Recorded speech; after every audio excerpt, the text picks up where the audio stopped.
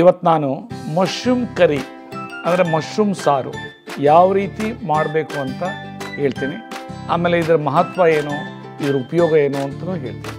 ಒಂದು, ಇದರಲ್ಲಿ rich protein ಇದೆ, ಅದು ಈಸಿಯಾಗಿ ಡೈಜೆಷನ್ ಆಗುತ್ತೆ. Especially chronic kidney disease patients, liver cirrhosis ಪೇಷಂಟ್ಸ್ಗೆ ಇದು ವೆರಿ ಇಂಪಾರ್ಟೆಂಟ್. ಬೇರೆಯವ್ರಿಗೂ ಇದು ವೆರಿ ಇಂಪಾರ್ಟೆಂಟ್. ಏನು, ಇದರಲ್ಲಿ ಯಾವುದೇ ಮಸಾಲೆ ಹಾಕಿ ಎಣ್ಣೆ ಹಾಕಬಾರ್ದು ಮತ್ತು ಉಪ್ಪು ಹಾಕಬಾರ್ದು. ಉಪ್ಪು ಆನಂತರ ಪೇಷಂಟ್ ಏನು 1 ಗ್ರಾಮ್ ಅವರಿಗೆ ಒಂದು ಊಟಕ್ಕೇನು ಇಟ್ಟಿದೆ ಅದೇ ಪಾಕೆಟಲ್ಲಿ ಯೂಸ್ ಮಾಡ್ತಾರೆ. ಮಶ್ರೂಮ್ ಅದರ ಜೊತೆಯಲ್ಲಿ ಎಲ್ಲ ಮಸಾಲೆ ಪದಾರ್ಥಗಳು ಏನು, ಬೆಳ್ಳುಳ್ಳಿ, ಶುಂಠಿ, ಕೊತ್ತಂಬರಿ ಸೊಪ್ಪು, ಆಮೇಲೆ ಟೊಮ್ಯಾಟೊ, ಇದೆಲ್ಲನೂ ಸಹ ಪೇಸ್ಟ್ ಮಾಡಿ ಅದ್ರ ಜೊತೆಲಿ ಬೇರೆ ಸ್ಪೈಸಸ್ಸು ಹಾಕ್ಬೋದು. ಎಲ್ಲ ಮಾಡಿಬಿಟ್ಟು ಅದನ್ನ ಕುಕ್ಕರಲ್ಲಿ ಹಾಕ್ಬಿಟ್ಟು ಜೊತೆಯಲ್ಲಿ 1 ವಿಜಿಲ್ ಹೊಡೆದ್ಬಿಟ್ಟು ಆಮೇಲೆ ಸಿಮ್ಮಲ್ಲಿ ಇಟ್ಬಿಟ್ರೆ ಆಟೋಮೆಟಿಕ್ಲಿ ಪ್ರಿಪೇರ್ ಆದಂಗೆ ಆಗುತ್ತೆ. ಇದು ವಿಡಿಯೋದಲ್ಲೂ ನೀವು ನೋಡ್ಬೋದು. ಆಮೇಲೆ ಇದನ್ನ ಯಾವ ರೀತಿ ಇನ್ ಡೀಟೇಲ್ಸ್ ಇಂಗ್ರೀಡಿಯೆಂಟ್ಸು ಎಲ್ಲ ಅದನ್ನು ನೀವು ಡೌನ್ಲೋಡ್ ಮಾಡಿಕೊಂಡು ಓದ್ಕೊಂಡು ಇದು ಮಾಡ್ಬೋದು.